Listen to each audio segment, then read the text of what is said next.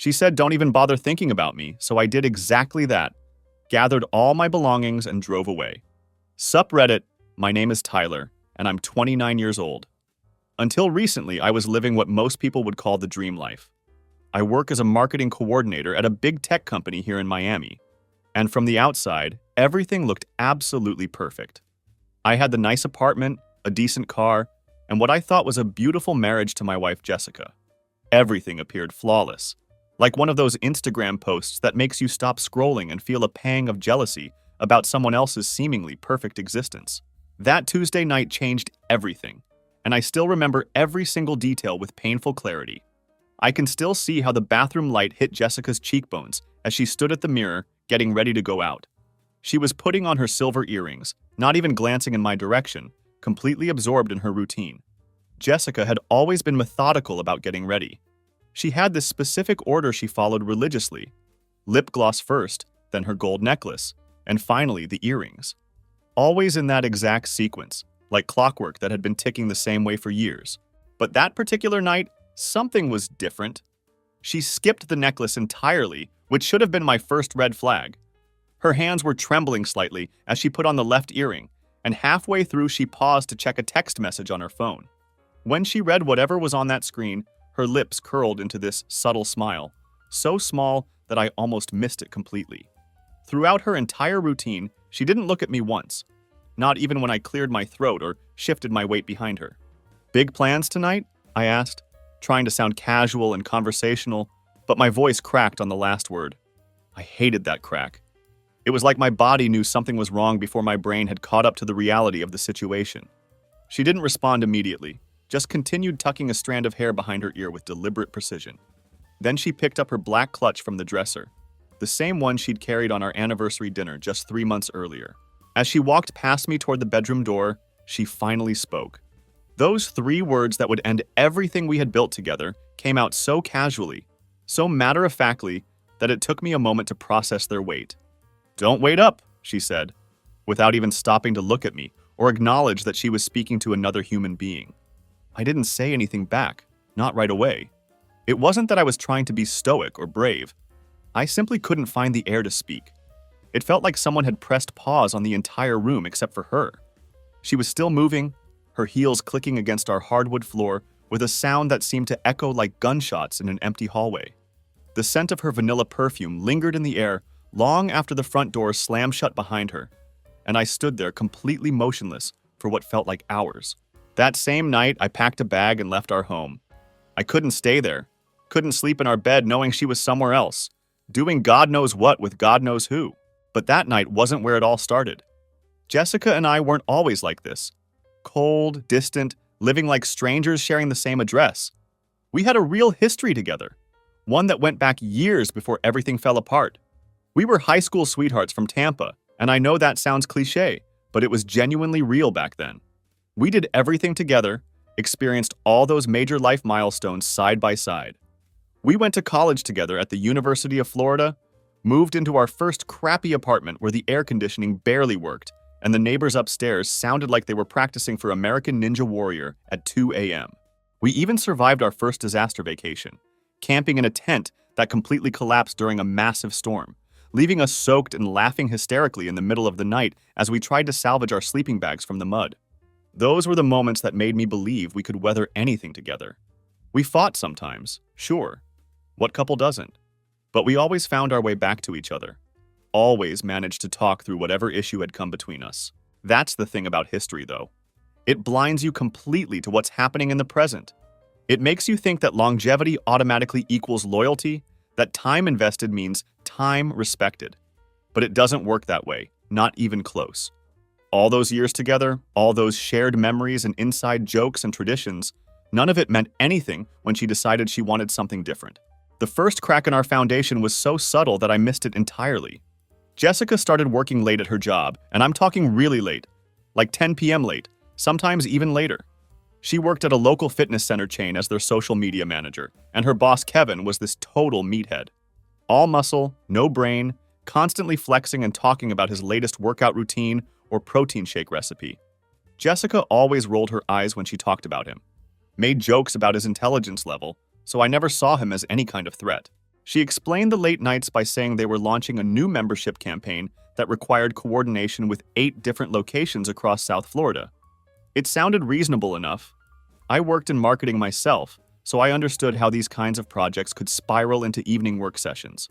I believed her completely, even when she stopped coming home for dinner. Even when she started showering the moment she walked through the door, claiming she felt gross from being in the gym environment all day. Even when she began sleeping with her phone tucked under her pillow instead of on the nightstand, like she'd done for years. Looking back now, all of these changes seem so obvious, so clearly the behavior of someone living a double life. But when you're in the middle of it, when you love someone and trust them completely, your brain creates perfectly logical explanations for every inconsistency. You become an expert at explaining away red flags because the alternative, accepting that your partner is betraying you, is too devastating to consider.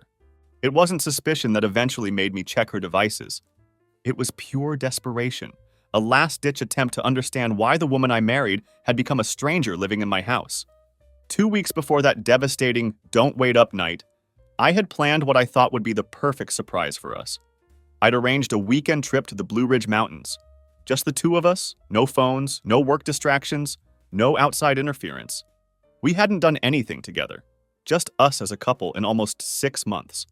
Every weekend seemed to be consumed by her work obligations, family commitments, or social events that somehow never included quality time for our marriage. I was genuinely excited about this trip, convinced that getting away from all the noise and stress would help us reconnect and fix whatever had been slowly breaking between us. When I told Jessica about the surprise getaway, her reaction was like a bucket of ice water thrown over my enthusiasm. She didn't even pretend to be excited or grateful for the thought I'd put into planning it. Instead, she looked me dead in the eye with this completely blank stare, as if I'd just told her something incredibly inconvenient rather than romantic. "I don't think I can take that kind of break right now," she said, with a tone that suggested I was being unreasonable for even suggesting it. "Things are crazy at work, Tyler. You know how important this campaign is." Things were always crazy at work, apparently. Every time I suggested we do something together, a simple dinner date, a movie, even just a walk on the beach, there was always some crisis at the fitness center that required her immediate attention. It was becoming a pattern that I was starting to recognize, but I kept telling myself that this was just a particularly busy period that would eventually pass. She also started going out on girls' nights again, which initially seemed like a positive development. I thought maybe she was making an effort to maintain her friendships and social life, which could ultimately be good for our relationship. The only problem was that her best friend Monica had moved to Colorado several months earlier. I knew this for a fact because Monica had posted extensively about it all over Facebook. Photos of her new apartment in Denver, posts about her new job, goodbye messages to Miami with hashtags about starting fresh in a new city. The first time I asked Jessica how girls' night was possible when Monica was living in another state, she had a ready answer. "Oh, Monica's back visiting her family for a few days," she said, without missing a beat. It seemed plausible enough. People visit home all the time. The second time I brought up the logistics of these frequent girls' nights, her demeanor changed completely. She snapped at me with an edge in her voice that I rarely heard. "You're being paranoid, Tyler. I'm allowed to have friends other than Monica, you know." The third time I asked about it, she didn't even bother to answer. She just grabbed her keys from the kitchen counter and walked out of the house without a word, leaving me standing there feeling like I'd committed some terrible crime by asking a simple question about her social life. So I stopped asking questions altogether. But I didn't stop noticing things, and the things I noticed were becoming harder and harder to ignore. The way she never looked directly at me anymore during conversations, as if making eye contact had become physically uncomfortable for her. How she would immediately turn her phone face down whenever I walked into the room, even if she was just scrolling through social media. The way she'd started treating our bed like we were roommates rather than married couples. Always staying on her extreme edge of the mattress, never touching, never cuddling, giving me the cold shoulder every single night.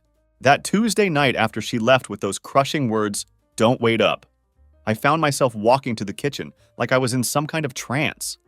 I poured myself a glass of Jack Daniels, something I rarely did on weeknights, and sat down at our dining table, just staring at my hands. The silence in the house was deafening, broken only by the hum of the refrigerator and the distant sound of traffic outside. I didn't feel angry in that moment, which surprised me. I didn't feel sad either. Not in the way you'd expect someone to feel when their marriage was clearly falling apart. Instead, I felt suspended, like I was watching my own life unfold through a thick pane of glass. The walls around me didn't feel like they belonged to me anymore. The photos hanging on them, pictures of Jessica and me at various stages of our relationship, smiling and happy, looked like they were documenting the lives of two complete strangers. Even Max, our golden retriever, seemed to sense something was wrong and was avoiding eye contact with me. After sitting at that table for what felt like hours, I got up like I was sleepwalking. I grabbed my old duffel bag from the bedroom closet and began packing in complete silence. I threw in some clothes, toiletries, whatever I could grab quickly, without really thinking about what I might need. The whole process felt mechanical, like I was operating on autopilot. When I was finished, I left the house key on the kitchen counter next to the coffee maker. The same coffee maker we'd picked out together at Target 2 years earlier, laughing about how we were becoming real adults with matching appliances. But the story didn't end when I walked out that door and drove away. In fact, it was only just beginning. The strange thing about leaving a life behind is that you expect some kind of cinematic moment. Maybe rain starting to fall, thunder rolling across the sky, dramatic music swelling in the background. You picture yourself looking in the rearview mirror as you drive away from the life you built with someone who had stopped seeing you as a person worth fighting for. But there was none of that Hollywood-style drama. Just the humid Florida heat at 11 p.m., thick and oppressive like a wet blanket. A streetlight above my car was buzzing like a dying insect, casting harsh shadows on the empty driveway. The only sound was my tires on the wet asphalt as I pulled out of what had been our driveway, heading toward an uncertain future. I didn't even know where I was going when I started driving. My brother Nathan lived across town in Coral Gables. We hadn't been particularly close for the past few years. We'd taken different paths in life and had gradually drifted apart the way siblings sometimes do. But sitting at a red light with nowhere else to go, I found myself texting him. "Can I crash at your place tonight? Need a favor." I hit send before I could second-guess myself or come up with some elaborate explanation for why I was suddenly homeless at nearly midnight on a Tuesday. He replied within 3 minutes, which was faster than he usually responded to anything. "Doors open, bro." Those 3 words meant more to me in that moment than any lengthy conversation could have. When I showed up at Nathan's place with my hastily packed duffel bag, he didn't ask a single question. He just handed me a cold Corona straight from the refrigerator, gave my shoulder a supportive pat, and turned on the heat game like nothing unusual was happening. It was exactly the kind of silent support that only comes from someone who has been burned by life before and understands that sometimes words aren't necessary. He knew, without me saying anything at all, that my world had just imploded. I didn't talk that night, couldn't find the words even if I'd wanted to. I just sat there completely numb on Nathan's leather couch, mechanically watching Miami lose to the Lakers by 15 points. Honestly, I didn't even care about the score or follow what was happening on the screen. I just needed the noise to fill the deafening silence that had taken up residence in my head, drowning out the thoughts I wasn't ready to process yet. It was the next morning when everything changed, when the full scope of Jessica's betrayal became crystal clear. I was in Nathan's kitchen making coffee, trying to establish some kind of normal routine in the midst of complete chaos, when I noticed something that made my blood run cold. Jessica's iPad was sitting on the counter, and it was still connected to my Apple ID. We had synced our devices when we upgraded our phones 2 years ago. Some romantic notion about sharing everything as a married couple. I had completely forgotten about that connection until the screen lit up with a notification. The iPad chimed with new messages, and my heart didn't leap or drop. It just stopped beating for a second. There were dozens of unread messages, far more than Jessica would normally receive at this hour of the morning. The contact name that appeared on the screen was simply D. No full name, no photo, just a single letter that somehow felt ominous in its simplicity. At first, I tried to convince myself it could be anyone. Maybe her cousin David from Orlando, or perhaps an old college friend named Diana. Maybe it was work-related communication with some vendor or client whose full name she hadn't bothered to add to her contacts. But deep down in my gut, I knew exactly what I was about to find. I fucking knew, with the kind of certainty that comes from months of ignored red flags finally clicking into place. I tapped the message thread with shaking fingers, and there it was. Messages from the night before, sent just minutes after she had walked out of our house with those devastating words. The timestamps showed they were exchanged while I was still sitting at our dining table, nursing that glass of Jack Daniels and wondering what had gone wrong with my marriage. Jessica, leaving now, wearing that red dress you like. D, Wish I could rip it off you right now. Jessica. Don't tease me. Be there in 25 inches. D. Room's ready. You better not be late. I sat down on Nathan's kitchen stool slowly, like my legs had suddenly become too far away to respond to commands from my brain. My hands were shaking, but not from shock. Shock would have been easier to handle. This was pure, undiluted rage, the kind that doesn't explode immediately, but builds like pressure in a sealed container, threatening to destroy everything in its path. What destroyed me wasn't even the explicitly flirty nature of the messages. It was how casual they were, how familiar and comfortable the tone was between them. Like this had been going on forever. Like they had established routines and inside jokes and pet names. Like I was just a side character in my own marriage, completely irrelevant to the real story that was unfolding between Jessica and this mysterious D. I scrolled further up in their message thread, driven by some masochistic need to see how deep this rabbit hole actually went. Each message I read felt like another knife being twisted in my chest. Jessica. Last night was incredible. You're amazing. D. You make it easy, babe. Jessica. Tyler suspects something. Might need to cool it for a bit. D. Don't stress about it. He's soft. He'll forgive anything. That last message hit differently than all the others. Not my husband or Tyler with any kind of respect or acknowledgement of our relationship. Just, he's soft. Like I was weak and pathetic for trusting her. For believing in the vows we had made under that beautiful sunset in Key West with all our friends and family clapping like idiots, thinking they were witnessing true love unfold before their eyes. I closed the iPad and stared into my black coffee like it could somehow answer every question I didn't even know how to ask. Who was this D person? How long had this affair been going on? How many times had Jessica looked me directly in the eyes and lied to my face? How many times had she kissed me goodbye on her way out the door to go sleep with someone else? The questions multiplied in my head like a virus, each one more painful than the last. I didn't cry, not right then. Tears would come later, but in that moment, I just felt this overwhelming need to move, to do something. Anything other than sit still while my entire world crumbled around me. I stood up abruptly, grabbed my keys from Nathan's counter, and headed for the door. I had to drive, couldn't remain stationary when everything I thought was solid had suddenly turned to quicksand beneath my feet. 3 miles from Nathan's place, I found myself pulling into the parking lot of a cheap motel. One of those extended stay places near I-95 with hourly rates and broken neon signs flickering in the daylight. The kind of place that made you feel dirty just looking at it. I walked into the front office and asked to speak with the manager, my heart pounding so hard I was sure he could hear it. When a guy in a stained polo shirt appeared from the back room, I pulled out my phone and showed him Jessica's photo. I'm trying to confirm a reservation for a surprise, I lied, hating how easily the deception rolled off my tongue. My wife mentioned she might have booked a room here. The manager behind the counter didn't even blink or seem surprised by my request. He glanced at the photo for maybe 2 seconds before nodding with recognition. Oh yeah, she's been here several times over the past few months, he said matter-of-factly. Always with that same tall guy with the beard.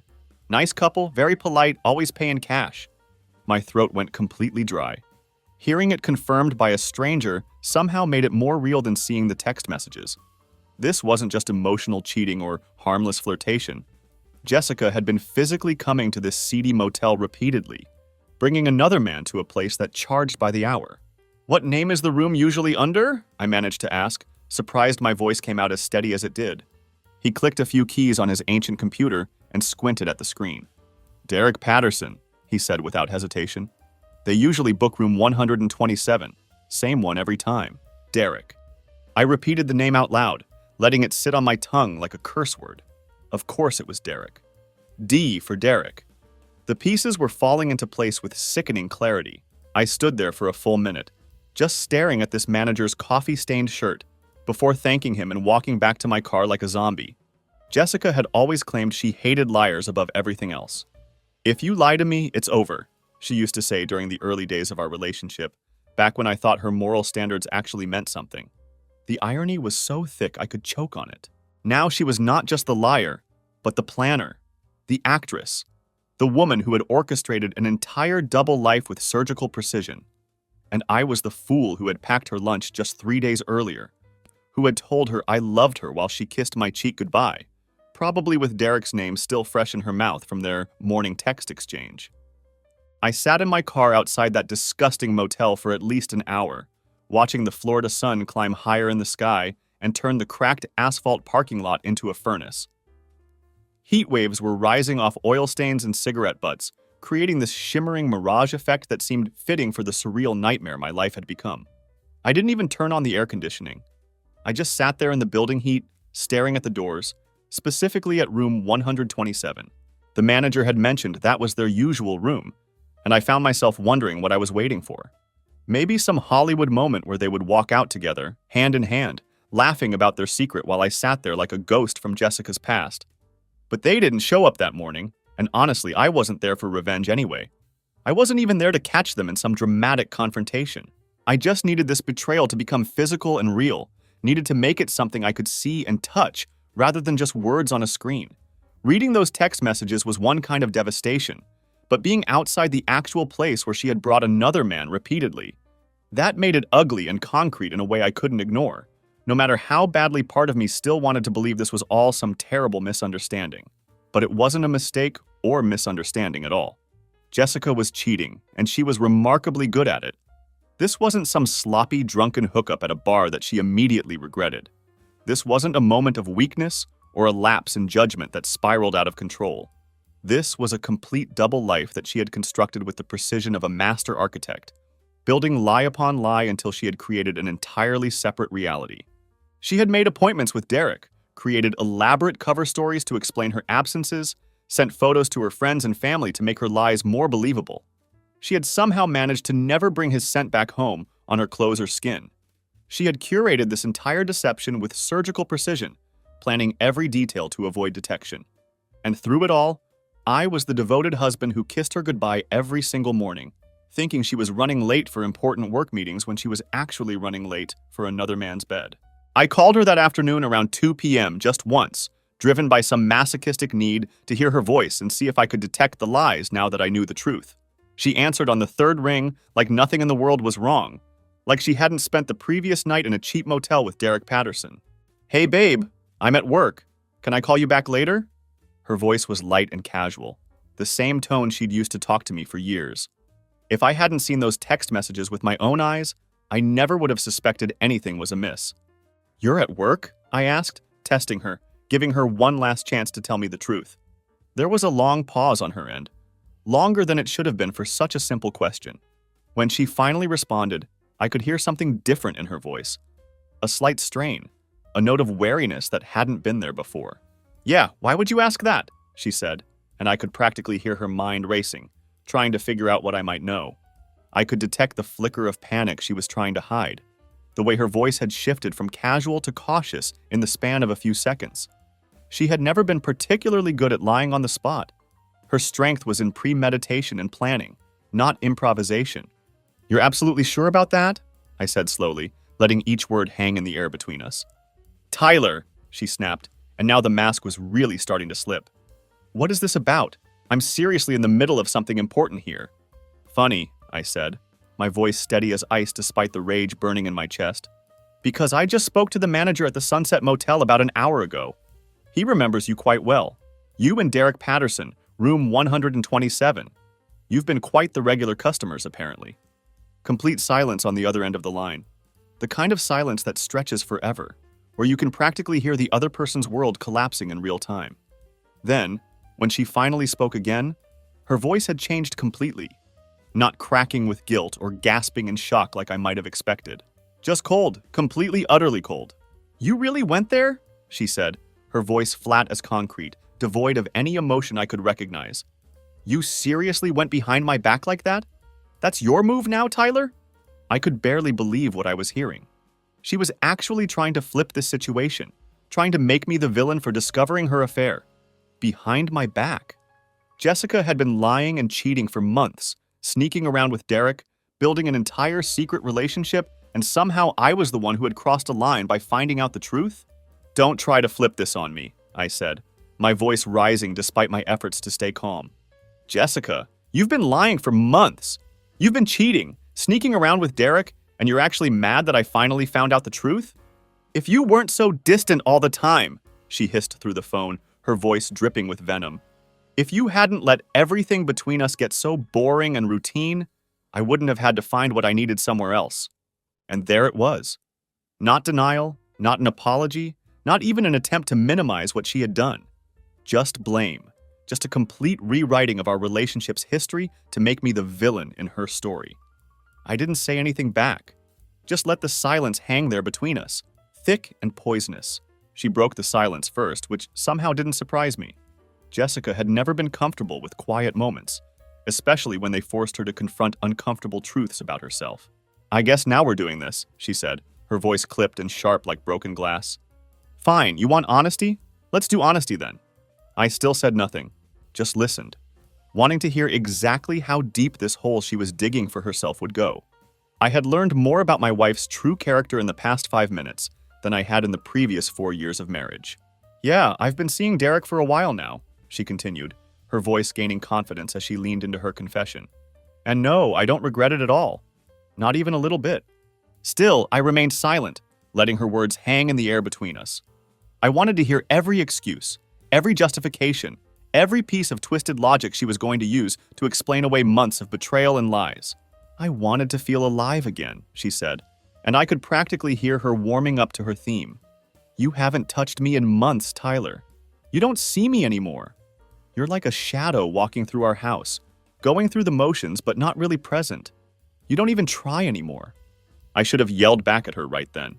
Should have screamed about all the nights I had made dinner and sat there waiting for her to come home, only to have her walk in at 11 p.m. claiming she'd been stuck at work. All the text messages I'd sent that she never bothered to answer. All the cold shoulders and guilt trips she'd given me whenever I tried to initiate any kind of intimacy or connection. All the times I had genuinely tried to fix something that, apparently, she had already decided to burn down months ago. But instead of defending myself or listing all the ways I had tried to save our marriage while she was busy destroying it, I just said one thing. 4 simple words that felt like the period at the end of a very long, very painful sentence. "We're done, Jessica." And then I hung up the phone. She didn't call back immediately. She didn't send a barrage of desperate text messages trying to explain herself or beg for forgiveness. There were no tears, no apologies, no dramatic proclamations of love or regret. Jessica didn't even make the slightest effort to fight for what we had built together over the past 4 years.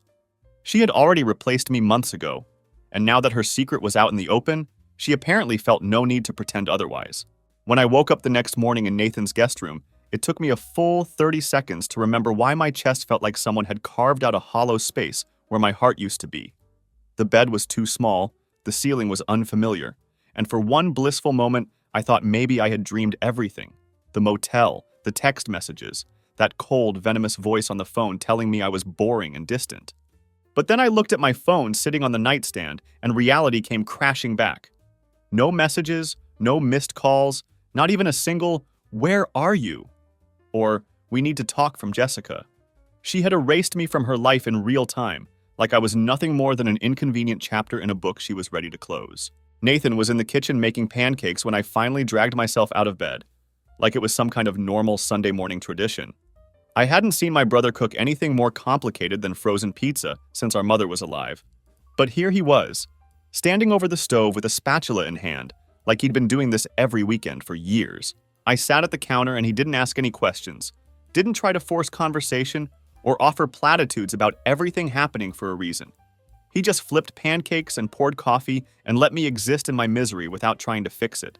It wasn't until I had finished eating every single bite on my plate that he finally spoke. "So you're leaving her?" he asked, his voice careful and neutral. It was the first time I had been forced to say it out loud, to make it official and real rather than just a private decision rattling around in my head. The words felt strange coming out of my mouth, like I was speaking a foreign language. "Yeah," I said, my voice barely above a whisper. "I am." Nathan nodded once, flipping another pancake with practiced precision. "You're doing the right thing, bro." It was strange how final those words felt, like speaking them out loud was a key turning in a lock that could never be opened again. Like some invisible line had been crossed, and I wasn't allowed to walk back over it, not ever. The Tyler who had woken up yesterday morning still believing his marriage could be saved was gone forever, replaced by someone harder and more realistic about the world. I went back to our house later that afternoon, half hoping Jessica wouldn't be there so I could collect my things in peace. But as I pulled into the driveway, I could see her white Honda parked in its usual spot. What made my stomach drop, though, was the red Ford F-150 sitting right next to it, parked like it belonged there, like this was Derek's home now, too. My hands started shaking as I sat in my car, but not from fear or nervousness. This was pure restraint, the physical effort of holding back every violent impulse that was screaming through my nervous system.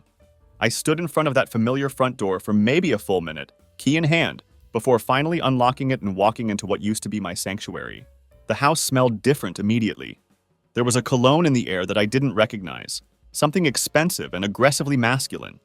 The scent hit me like a slap in the face. This stranger had been in my home, probably multiple times, marking his territory like an animal. And there they were in our kitchen, actually laughing about something like they were hosting a casual dinner party. Jessica was leaned against the counter in the exact spot where she used to stand when we cooked together, her hair up in a messy bun, barefoot, coffee mug in hand. She looked more relaxed and comfortable than I had seen her in months. When she noticed me walk in, she turned to look at me. And for the first time since this whole nightmare began, she didn't even flinch. There was no guilt in her eyes, no shame, no awkwardness about being caught with her affair partner in our marital home. "Tyler," she said coolly, like I was an unexpected but not unwelcome guest. "Didn't expect you back so soon." Derek, and I assumed this tall guy with a beard was indeed Derek, stood next to her just watching me with an expression I couldn't quite read.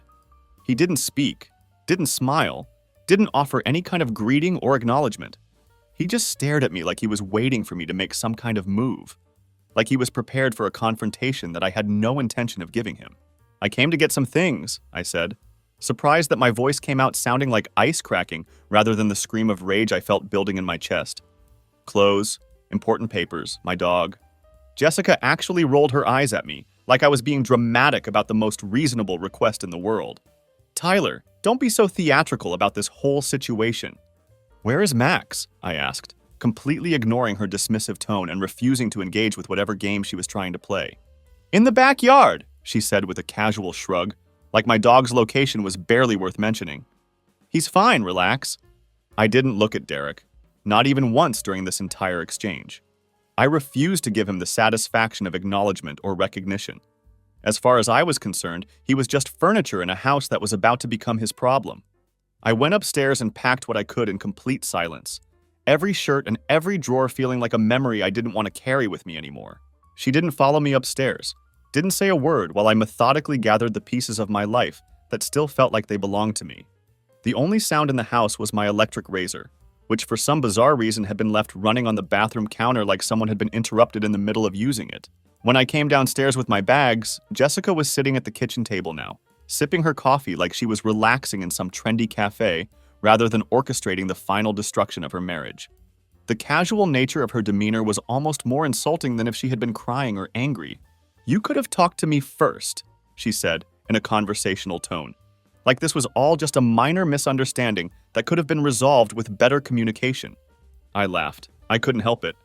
Not from humor, but from pure, overwhelming disbelief at the audacity of what she had just said. "Talk about what exactly?" I shot back. "About how you've been sleeping with someone else for months? About how you've been lying to my face every single day?" "Don't exaggerate," she said flatly, like she was correcting a factual error. "We never used our bed." The casual way she said it, like the location of her betrayal somehow made it more acceptable, hit me like a physical blow. "Oh, right," I snapped back, my voice dripping with sarcasm. "You only use cheap motel rooms.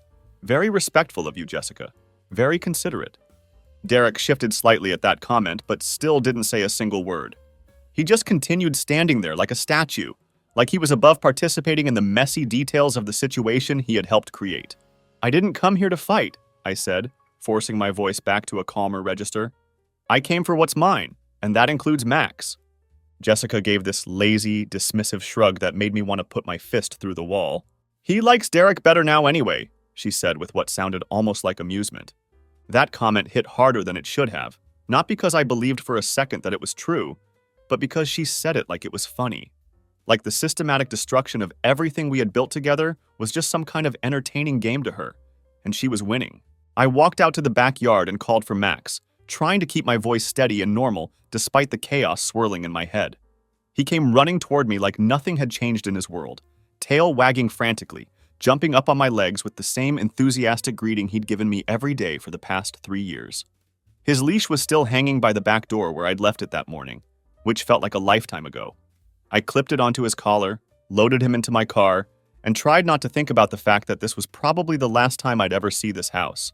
As I pulled away from the driveway for what I knew would be the final time, I caught one glimpse through the front window that I'll never be able to forget. Jessica was laughing again at something Derek had said, throwing her head back in that carefree way that used to be reserved for me. But this wasn't the Jessica I had married. Wasn't even someone I recognized anymore.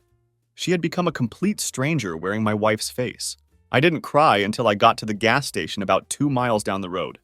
It was such a strange place for an emotional breakdown, somewhere between the windshield washer fluid display and a rack of stale microwave burritos. But that's exactly where it happened. I was standing there next to my car with Max in the back seat, his leash tied to the headrest, panting like he'd just run a marathon, when everything I'd been holding together finally collapsed. Not physically. I didn't fall to my knees or make a scene that would have attracted attention from other customers. But emotionally, all the walls I'd built up over the past few days, all the control and restraint and numbness I'd been using to protect myself, came crashing down in one devastating breath. It hit me with brutal clarity that this was really, truly over. Not just the marriage, not just the home we'd shared, but the entire illusion that Jessica had ever cared enough about me not to destroy everything we'd built together.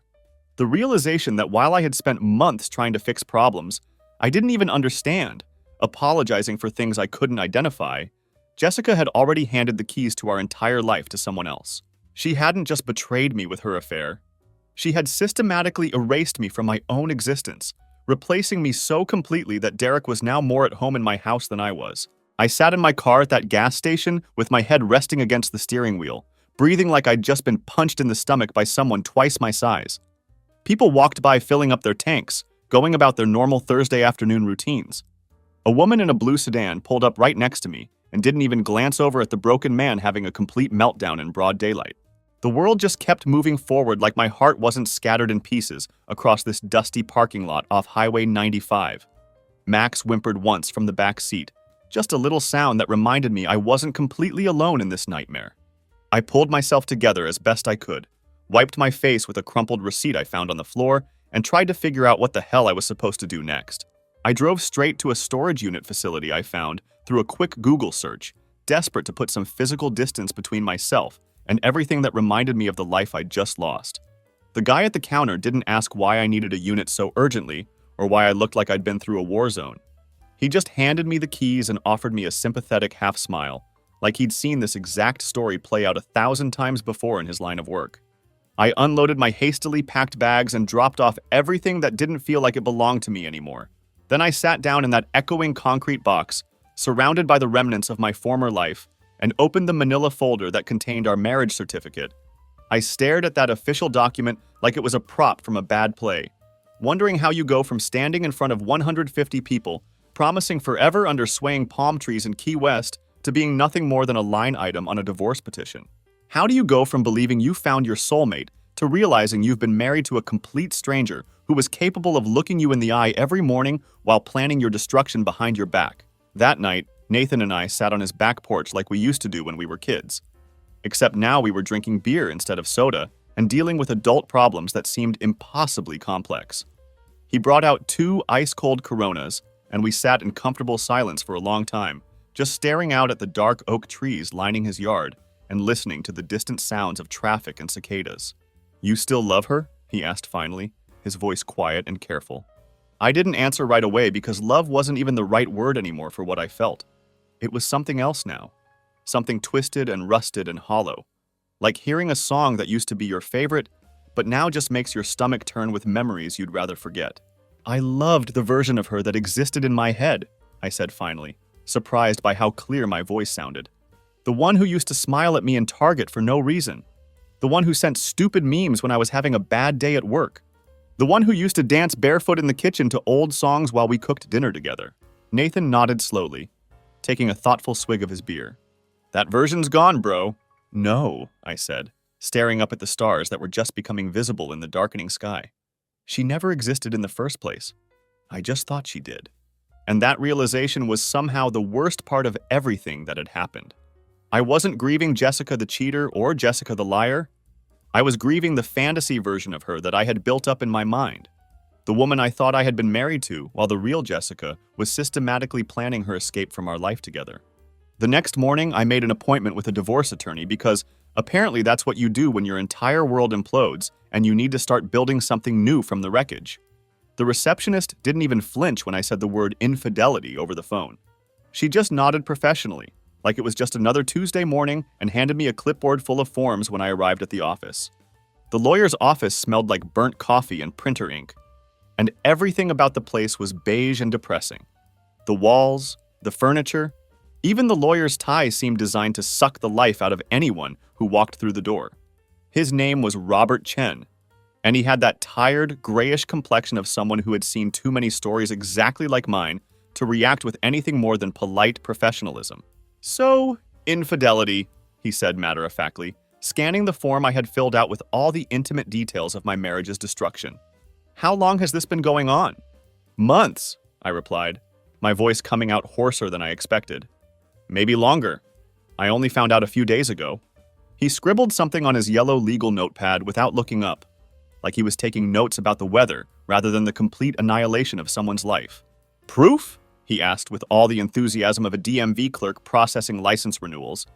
"I have screenshots of their text messages, records from the motel where they've been meeting, and I even have the other man's full name and contact information," I said, pulling out my phone to show him the evidence I'd compiled. "Perfect," he said, still writing. "This should move through the system relatively quickly then." And just like that, the legal machine began to turn. We discussed divorce proceedings, asset division, pet custody arrangements, the systematic dismantling of a life I had spent 4 years carefully building. By noon, I had signed the first round of papers that would officially end my marriage. Robert gave me a generic speech about timelines and mediators, temporary living arrangements, and filing deadlines. I nodded at all the appropriate moments, trying to absorb information about alimony and property rights, but my mind wasn't really in that sterile beige office. It was still stuck back at that kitchen table where Jessica had sat with her coffee mug, displaying that hollow, distant look in her eyes, like I was nothing more than an inconvenience in her carefully scripted new life. I went back to Nathan's house afterward and found a note on the kitchen counter written in his messy handwriting. "Out with Sophia, call if you need anything, N." I decided to take Max for a walk instead, needing fresh air and movement more than human conversation. We headed down to this quiet trail by the Coral Gables waterway, one we hadn't visited since the early days of my relationship with Jessica. Jessica and I used to come to this exact spot on Sunday mornings, back when things between us still felt real and authentic. Back when holding hands didn't feel like an obligation or a performance, when we could walk together in comfortable silence, without the weight of unspoken resentments poisoning every interaction. I let Max off his leash near the mangroves and sat down on a weathered wooden bench, just listening to the peaceful sounds of water lapping against the shore and distant boat engines. That's when my phone buzzed with a call that made my blood run cold. Her name appeared on the screen. Jessica. I stared at it for a long moment, watching it buzz once, twice, 3 times while I debated whether to answer. Part of me wanted to let it go to voicemail, to maintain the clean break I was trying to establish. But curiosity got the better of me. "What do you want?" I said, not bothering with pleasantries or pretending this was a friendly call. "Tyler," she said, and her voice sounded completely different than it had during our last conversation. Softer now, almost fragile, like she had been crying recently. "We need to talk." I laughed, but there was no humor in it whatsoever. "Now you want to talk? After everything that's happened?" "I'm not calling to fight with you," she said quickly, like she was afraid I would hang up before she could get her words out. I don't know. I didn't expect you to actually leave." "You told me not to wait up," I said coldly, letting each word hit her like a slap. "So I didn't." There was silence on her end for several seconds, and I could hear her breathing. Could almost picture her trying to figure out what to say next. "It wasn't supposed to get this far," she said finally, her voice barely above a whisper. "That's what you said about the affair too," I replied, without missing a beat. She hesitated again, and I could hear her struggling to find words that would somehow make this conversation less devastating than it needed to be. "I'm not trying to defend what I did," she said quietly. "Good," I said, "because there is no defense for what you did. I want to explain," she said, and I could hear the desperation creeping into her voice. "You already did explain," I said flatly. You said I was boring, that you didn't feel seen, that Derek made you feel alive. I got the message loud and clear. It wasn't just about him, she said, her voice getting smaller with each word. It was about everything. The routine, the silence between us, the way we both stopped trying. I stood up from the bench and watched Max chasing a small lizard through the tall grass, his tail wagging with simple, uncomplicated joy that I envied. So you decided to burn it all down without telling me, I said. You made the decision to destroy our marriage without giving me any chance to fix whatever was wrong. I didn't know how to fix it, she whispered, and for the first time she sounded genuinely broken. You didn't want to fix it, I said with absolute certainty. You wanted out without feeling guilty about it. So you made me the villain in your head, rewrote our entire relationship history so that you could sleep at night. She didn't argue with that assessment, which told me everything I needed to know. I was about to hang up when she said something that caught me completely off guard. I want to keep the house. I laughed again, but this time it wasn't from bitterness or disbelief. It was from being completely stunned by the sheer audacity of what she had just said. You want the house? I repeated, making sure I had heard her correctly. It's closer to my work, she said, like this was the most reasonable request in the world. And Derek might be moving in. And there it was. The final insult, delivered with the casual indifference of someone discussing weekend plans. Derek moving into my house, sleeping in my bed, drinking coffee in my kitchen, using the shower I had installed myself, relaxing on the deck I had built with my own hands during our second year of marriage. I'll let the lawyer know, I said, my voice like stone, completely devoid of any emotion that might give her the satisfaction of knowing she had hurt me yet again. Tyler, I'm not trying to hurt you anymore, she said, and I could hear her trying to inject some kind of sincerity into her voice. You already did, I said flatly. Now you're just decorating the wound. I hung up before she could respond, turned my phone off completely, and whistled for Max.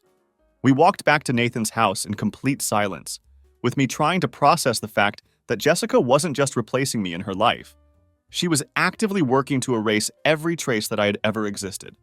I didn't go back to Nathan's place right away. I needed to drive, needed to put as many miles as possible between myself and that voice I couldn't seem to get out of my head. Jessica saying, Derek might be moving in, like it was the most casual thing in the world. Like she wasn't talking about the same home where we had picked out furniture together, where we had argued over paint colors for 3 hours at Home Depot, where we had brought Max home for the first time as a tiny puppy. Now it was just going to be a placeholder for someone else's life. A convenient location for Derek's next relationship. I drove until the road flattened out into those long, endless stretches of Florida highway where you can't tell where the sky ends and the asphalt begins. Just mile after mile of flatland, stretching toward the horizon, with nothing but scrub brush and the occasional billboard to break up the monotony. Somewhere in that wide open nothingness, a realization hit me like a freight train. Jessica had already rewritten the entire story of our relationship in her mind. In her version of events, I was the distant, disengaged husband who had let our marriage die through neglect and indifference. She would tell her friends and family that our relationship had been dead for years, that Derek wasn't the cause of our problems, but simply the wake-up call that forced her to face reality. That's what cheaters do, I realized. They rewrite the past so they can live with themselves in the present. They transform the betrayed spouse into the villain of the story so they don't have to face the truth about what they really are. But I remembered everything with painful clarity. I remembered leaving work early to surprise her on her 27th birthday, driving all the way to that fancy restaurant in South Beach that she had mentioned wanting to try. I remembered rubbing her shoulders for hours when she had those terrible migraines, staying up all night when she had food poisoning to make sure she stayed hydrated. I remembered holding her hand throughout her grandfather's funeral, not letting go until she was ready to face the world again. I remembered all the versions of myself that she had conveniently erased from her memory when she needed a reason to justify opening her legs for Derek Patterson. I pulled over at a rest stop near Homestead and sat on the concrete curb with Max at my feet, staring at the pavement that was cracked and sun-bleached from years of Florida weather. I found myself wondering how many other people had sat in this exact spot, trying to figure out where everything in their lives had gone so terribly wrong. Later that night, back at Nathan's place, I got a message from someone I hadn't heard from in months. It was from Monica, the real Monica, Jessica's old best friend who had moved to Colorado. Monica. Hey Tyler, I just heard about everything. I'm so sorry, I had no idea this was happening. I blinked at my phone. genuinely confused about what she might have heard and from whom. Me. Heard what? Monica. About Jessica and Derek. My cousin Lisa told me. She knows Derek from her gym. I thought you two were still together. Me. We were together until I found out about the affair. Monica. She told everyone you two were taking a break. Said you were staying with family to figure things out. I stared at that message for a full minute, reading it over and over again. A break. Jessica was rewriting the ending of our marriage even as it was happening, framing our divorce so that when the papers came through, it would all look like a mutual decision. Like we had calmly and maturely decided to step away from each other and reflect on our relationship. Not like she had tossed our marriage into a wood chipper and posed for photos with the man who was holding the handle. I didn't respond to Monica's message. There was nothing I could say that wouldn't sound bitter or vindictive, and I didn't want to drag her into the mess that Jessica had created. Monica was a good person who deserved better than being forced to choose sides in a war she hadn't signed up for. Later that night, Nathan grilled burgers in his backyard, and we ate dinner without talking much about the heavy stuff that was consuming my thoughts. But at some point while we were eating, he asked a question that I'd been avoiding thinking about. "What are you going to do about the house?" he said, taking a bite of his burger. "Let her rot in it," I said without hesitation. Nathan raised an eyebrow at my response. "Seriously?" I shrugged, swallowing my food before continuing. "She can keep the place. She'll fill it with lies anyway. But every corner of that house will whisper the truth back to her when Derek's not around to distract her from what she's really done." Nathan looked at me for a long time, studying my face in the warm glow of his porch light like he was trying to figure out what was going on behind my eyes. "You're not angry anymore, are you?" he asked finally. I thought about that question, turned it over in my mind like a puzzle piece that I was trying to fit into a larger picture. "No," I said finally. "I'm something worse than angry." "What's worse than angry?" he asked, genuinely curious. Done. The next morning came with an unexpected chill in the air, one of those rare Florida mornings where the atmosphere feels perfectly still, like something significant is waiting to happen. I checked my phone out of habit, even though I knew there would be nothing from Jessica. She had stopped pretending completely. No breadcrumb texts, no weak attempts at regret, no pathetic apologies designed to make herself feel better about what she had done. She had made her choice and had zero intention of looking back or second-guessing herself. But there was a message from a number I didn't recognize, and something about it made my stomach clench with unease. "You don't know me, I'm Derek's ex-girlfriend. Can we talk?" For a moment, I thought it was some kind of elaborate prank. Maybe Jessica trying to manipulate me through a fake account. But something about the timing and the phrasing felt different, urgent in a way that seemed genuine. I replied cautiously, "Why would we need to talk?" The response came back almost immediately. "Because you deserve to know who he really is." We agreed to meet at a Starbucks on the other side of town, somewhere neutral where neither of us would feel trapped or uncomfortable. Her name was Vanessa, and when I saw her sitting at a corner table, I could immediately tell she was someone who hadn't been sleeping well recently. She had dark hair, sharp green eyes, and nervous fingers that kept tapping against her coffee cup like she was playing an invisible piano. "Thanks for coming," she said as I sat down across from her, like we were old friends meeting to catch up rather than two strangers united by the same man's destructive behavior. "I'm not sure what you expect me to do with whatever you're going to tell me," I said carefully. "I'm already divorcing Jessica." "I know," she said, stirring her latte with unnecessary intensity. "I just thought you should know what she got herself into." What Vanessa told me over the next hour made my blood run absolutely cold. Derek wasn't just some guy with good timing who happened to cross paths with my wife when she was feeling vulnerable. He was a pattern, a predator with a carefully developed system. He had a trail of broken women behind him, a string of overlapping relationships that all ended in complete chaos and psychological destruction. She described gaslighting, manipulation, and quiet psychological threats that never crossed the line into physical abuse, but were devastating in their own way. Derek didn't hit women. He was too smart for that. Instead, he played people like chess pieces, twisted their perceptions of reality, got inside their heads until they couldn't tell what was real and what was carefully constructed manipulation. "I didn't believe it at first when people tried to warn me about him," Vanessa said, her voice getting quieter as she relived painful memories. "He was charming, funny, seemed really intelligent and successful, but it always started the same way with every relationship. Jokes about my ex-boyfriend at first, then subtle digs at my friends and family members, then slowly, methodically pulling me away from everyone who cared about me." "How long were you with him?" I asked, genuinely curious about how someone could endure that kind of psychological abuse. Almost 3 years, she said, shaking her head like she couldn't believe she had allowed it to go on for so long. I finally got out when he started openly flirting with my roommate right in front of me, like I wasn't even in the room. When I called him out on his behavior, he told me I was insecure and paranoid, that I needed therapy to deal with my trust issues. I believed every single word she said, because it sounded exactly like the way Jessica had been talking for the last few months of our marriage. The rewritten history, the quiet blame, the way she had slowly but systematically convinced me that I was the problem in our relationship. I just thought maybe if you knew who he really was, Vanessa said, looking directly into my eyes, you wouldn't waste any more time thinking any of this was your fault. I nodded, feeling more grateful than I could possibly express. It wasn't my fault, I said. And for the first time since this nightmare began, I actually meant those words completely. That night, Jessica called me again. I almost didn't answer, but curiosity got the better of me once more. When I picked up, she sounded completely different than she had in any of our previous conversations. Tyler, she started, and her voice wasn't cold or angry or dismissive. It was just off, like something was fundamentally wrong. What do you want? I said, cutting straight to the point because I had no patience left for games. I'm tired, she said, her voice barely above a whisper. I think I made a mistake. I didn't respond immediately, just waited in silence and let her fill the empty space between us. I wasn't going to make this conversation easy for her. I mean, with everything, with Derek, she continued, when it became clear I wasn't going to help her along. Still, I said nothing, wasn't about to give her the satisfaction of my curiosity or concern. I thought it was what I wanted, she kept talking like she was in some kind of confessional booth. I thought he was like a better version of you, but he's not. I cut in before she could finish that thought, because I could see exactly where this was heading. But he's not, I said flatly, finishing her sentence for her. She didn't answer that directly, just kept talking like she was desperately trying to explain something that couldn't be explained.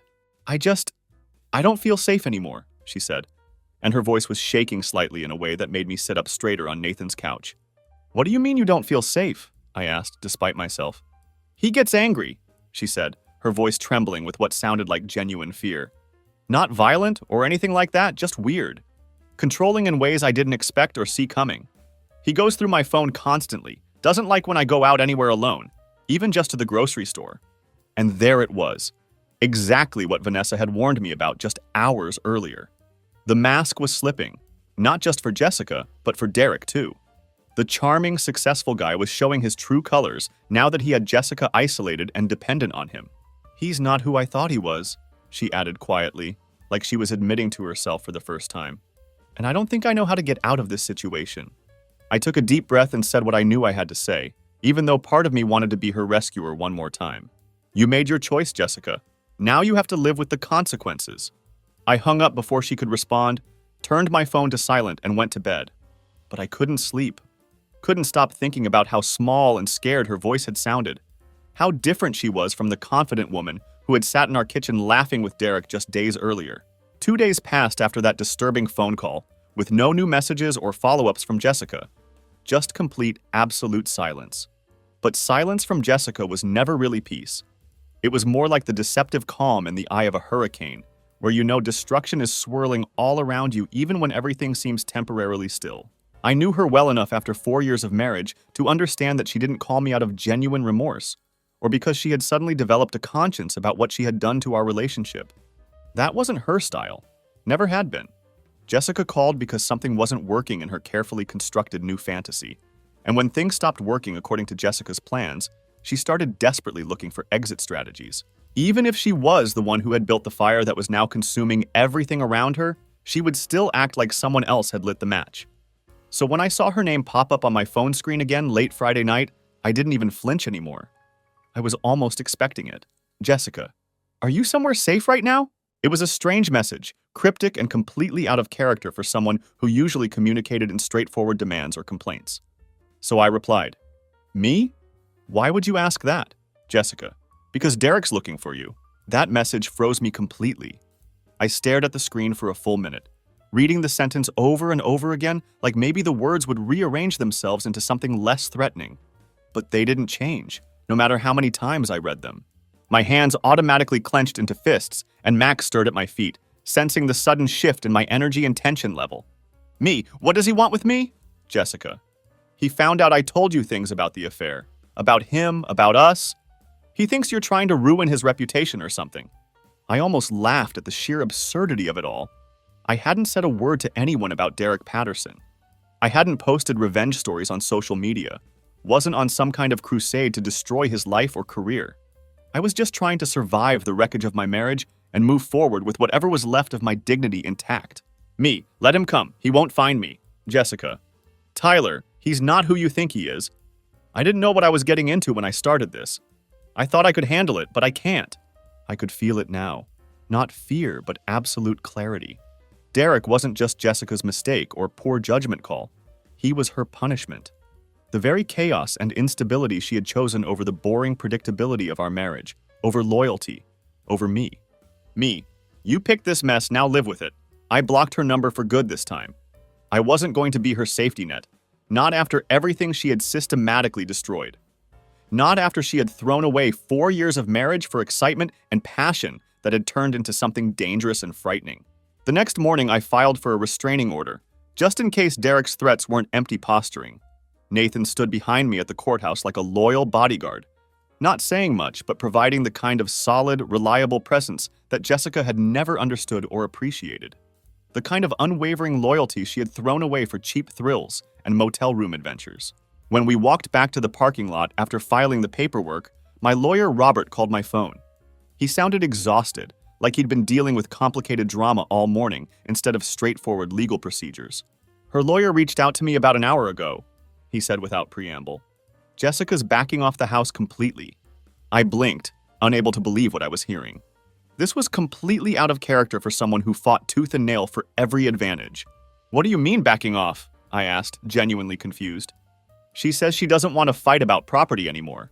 Just wants the divorce finalized as quickly as possible. She's giving up her claim to the house entirely. I couldn't believe it. Jessica voluntarily surrendering something valuable without a prolonged battle. Giving up real estate without endless negotiations or attempts to maximize her share of our assets. Why now? I asked Robert. What changed her mind so suddenly? Honestly, he said, and I could hear him shuffling papers in the background. She sounded genuinely scared when her lawyer spoke to her on the phone. Her attorney said she just wants out of everything. Clean break, no complications, no drawn-out legal proceedings. That told me everything I needed to know about what was really happening in Jessica's new life. She wasn't just unraveling emotionally from the stress of her choices. She was watching the tower of lies she had built start to crack and crumble. The man she thought was her escape hatch from our boring, stable marriage was turning into a prison with bars she couldn't see until it was too late. But it wasn't my job to save her anymore, and I was finally at peace with that reality. I had spent 4 years trying to hold Jessica together, trying to be the perfect husband while she was secretly planning my replacement. I had apologized for problems I couldn't identify, worked to fix issues I didn't understand, and bent over backward to accommodate someone who was systematically betraying me. Now I had exactly one job left. Finish walking away from the wreckage she had created and never look back at the flames, no matter how brightly they burned or how much noise they made. That evening, I found myself standing in the driveway of my old house one last time, just to see it and say goodbye to that chapter of my life. The porch light was off, all the windows were dark, and the whole place felt like an empty shell. It had been drained of any warmth or life it had once contained, like a movie set after filming had wrapped and everyone had gone home. I didn't go inside, didn't feel any need to walk through those rooms again or torture myself with memories of better times. That chapter was finished. The story was over, and nothing good could come from trying to reread pages that had already been written. The locks would change next week, the legal papers would be filed and finalized, and the woman who had once promised to love me more than anything would become nothing more than a cautionary tale. Not a memory worth mourning or a relationship worth grieving, just a hard-earned lesson about trusting people who show you exactly who they are through their actions rather than their words. I got back into my car with Max beside me in the passenger seat, and we drove off into the humid Florida night together, heading toward whatever came next. The final court date came quicker than I had expected it would.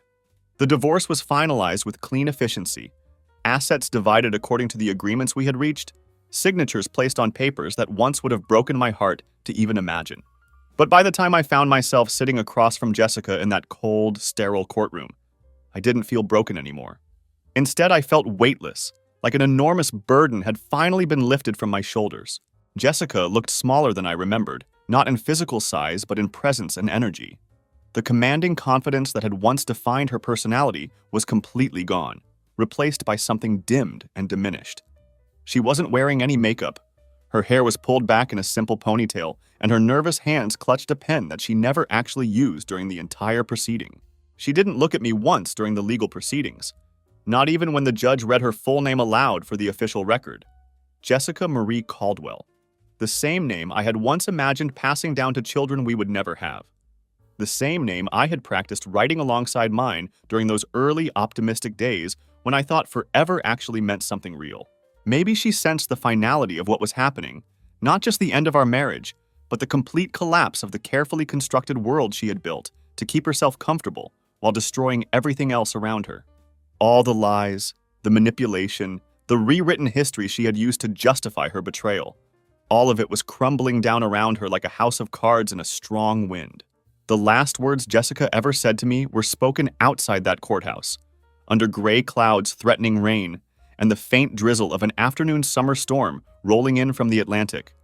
The humidity was thick enough to cut with a knife. Typical Miami weather that made everything feel heavy and oppressive. "I never wanted to hurt you," she said. And I could tell she meant it to sound like an apology, but I knew it wasn't one. It was a defense mechanism, a weak attempt to soften the edges of what she had done to our relationship and my life. I gave her none of the absolution she was looking for. No forgiveness, no understanding, no gentle reassurance that everything would be okay. "No," I said, looking her directly in the eyes for what I knew would be the last time. "You just didn't care if you did." She physically flinched like I had slapped her across the face, but she didn't argue with my assessment. She didn't fight back or try to defend herself. For once in her entire life, Jessica Caldwell had absolutely nothing left to say. No excuses to offer, no blame to shift onto someone else, no victim card to play. Just the truth hanging in the humid air between us, heavy and undeniable. I walked away from her for the final time, didn't look back over my shoulder or hesitate at the courthouse steps. I just kept walking steadily toward my car and toward whatever future awaited me, while she stood there alone in that parking lot, finally forced to face the real consequences of her choices without anyone else to blame. It's been 4 weeks since that day, and my life has settled into something completely different from what it was before. The house is legally mine again, but I haven't gone back to live there. Instead, I'm renting a small, peaceful place near Biscayne Bay. It's nothing fancy or impressive, but it's quiet and calm, a space that holds no ghosts from my past and no painful memories that ambush me when I least expect them. I've repainted all the walls a clean, bright white and donated everything we once shared to charity.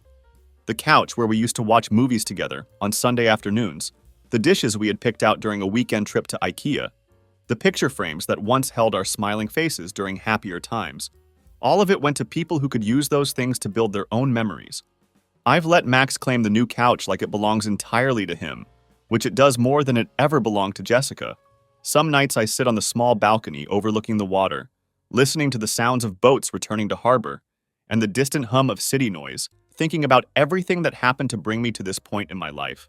I think about the man I was before all of this chaos began. The one who ignored red flags like they were colorful party decorations, who believed in potential rather than accepting reality, who thought love could somehow outwork betrayal and systematic lies. That version of myself is gone now, buried along with the marriage that destroyed him. What's left behind is something better, I think. Sharper, wiser, still bearing scars but not broken by them. Still capable of trust, but no longer naive about human nature. Still able to love deeply, but not willing to accept scraps or settle for less than genuine reciprocity. Jessica sent one final message last week, somehow managing to get through even though I had blocked her number on every platform I could think of. There were no words this time, just a photograph. It showed her and Derek at what looked like some backyard barbecue, red Solo cups in their hands and fake smiles painted across their faces like masks. It felt like she wanted me to see that she was still winning somehow, still living her best life. I deleted the image without fully opening it, because what Jessica doesn't understand is that I had already won. Not by finding someone else to replace her, not by posting cryptic quotes about karma and justice on social media, not by pretending that the whole experience hadn't hurt like hell, but by surviving her. by standing on the other side of everything she had burned down and realizing that I didn't need to be rescued by anyone else. I needed to walk out of the flames under my own power, and I had done exactly that. So if you're reading this story, maybe you're in the same place I was just a few months ago. Maybe you're questioning everything about yourself, blaming yourself for someone else's betrayal, desperately searching for answers that will never come or closure from the person who destroyed your trust. Let me tell you something I wish someone had told me during those dark early days. Sometimes the worst thing that someone ever does to you ends up being the best thing that ever happens to you. Sometimes the person who breaks your heart is actually setting you free from a prison you didn't even realize you were trapped inside. Let them go completely. Let them keep their lies and their new relationships and their revisionist history. Let them rewrite the past to make themselves feel better about what they've done. Because the truth doesn't change just because they refuse to face it or acknowledge it. You don't need their apology to heal from what they did.